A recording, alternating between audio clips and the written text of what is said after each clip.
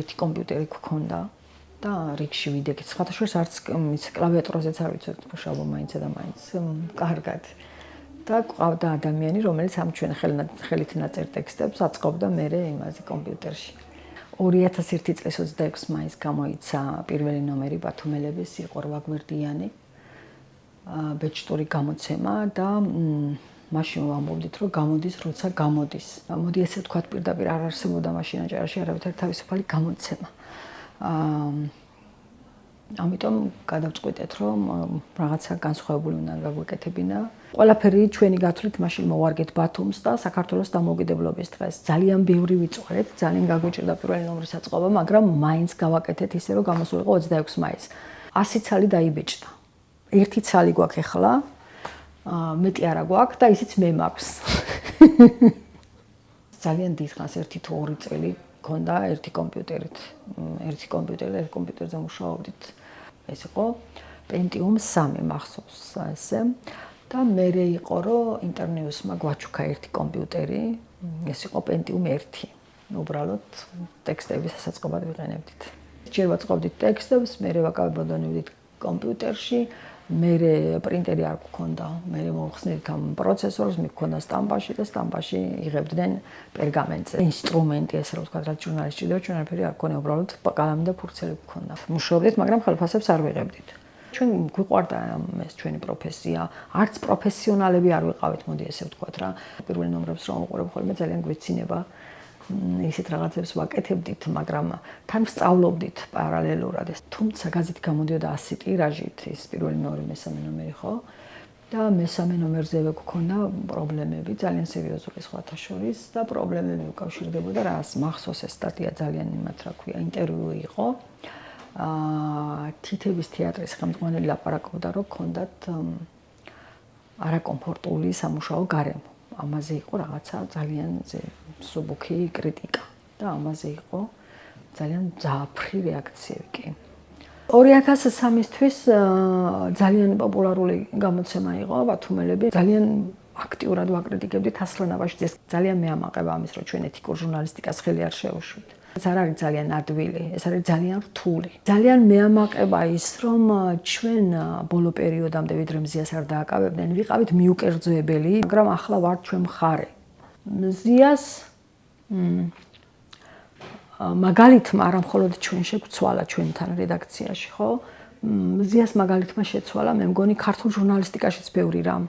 წარმოიდგინეთ, რა მოხდა, რომ ჰაველის პრემიაზე წარადგინეს ადამიანი და შორტლისტში გავიდა. ხო? ეს რას ნიშნავს? რომ სად ვართ?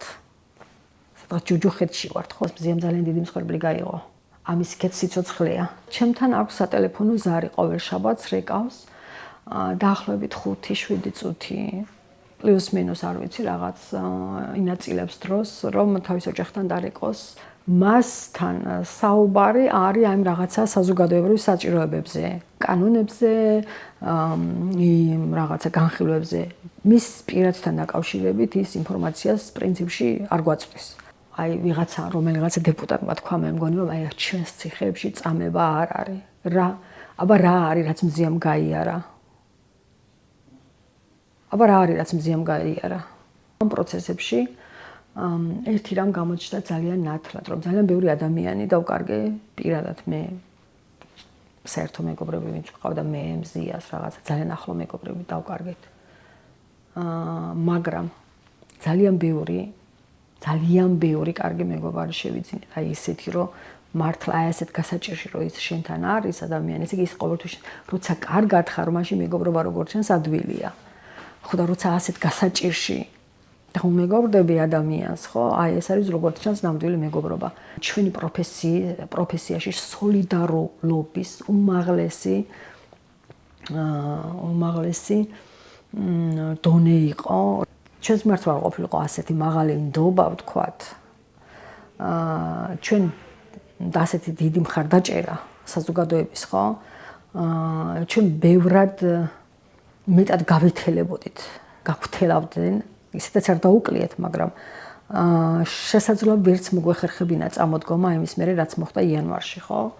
აუდიტორიის ნდობამ და მხარდაჭერამ, ეს არ არის მართლა არ არის ტრაფარიტული სიტყვები რა, აუდიტორიის ნდობამ და მხარდაჭერამ შეგვაძლებინა რომ რაღაცა ისევ მოგვიკრიბა ძალები. ეს არის ყველაზე სასტიკი რეჟიმი, რაშიც მე მიმუშავია ნამდვილად.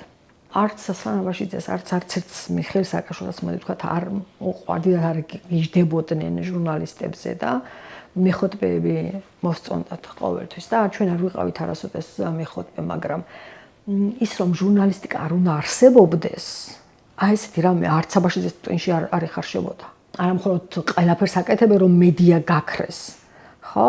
არამედ ყველაფერი გააკეთეს იმისთვის, რომ ამ პროფესიის დისკრედიტაცია მოხდეს. ანუ ეს არის კამპანიური ხასიათის ორგანიზებული ბრძოლა სიტყვისა და გამოხატვის თავისუფლად. ამას არავინ არ აკეთებდა. იარაღიანი კაციც მოსულა ოფისთან და ჰაერში ოსვრია, ვიღაცა მეუბნებოდა რომ ტყეში გადაგათრევ და ინახე რას გიზამ და ასე შემდეგ. დღემდე არ მქონია განცდა რომ ქუჩაში რო წავიდე შეიძლება ვიღაცა თავს დამესხას ზურგიდან. არასოდეს არ მქონია ეს განცდა, აი ახლა მაქვს. არავინ არ აპირებს ჩვენს დანდობას. მაგრამ არც ჩვენ არ ვაპირებთ გაჩერებას და მგონია რომ ამ ქვეყანაში ჟურნალისტიკას ვერ მოკლავენ. დარწმუნებული ვარ 100-მჯერა. ამ ქვეყანაში თუ გადარჩება თავისუფალი ჟურნალისტიკა, გადარჩება თვითონ ქვეყანა და გადავრჩებით ჩვენ ადამიანები. 100-ია.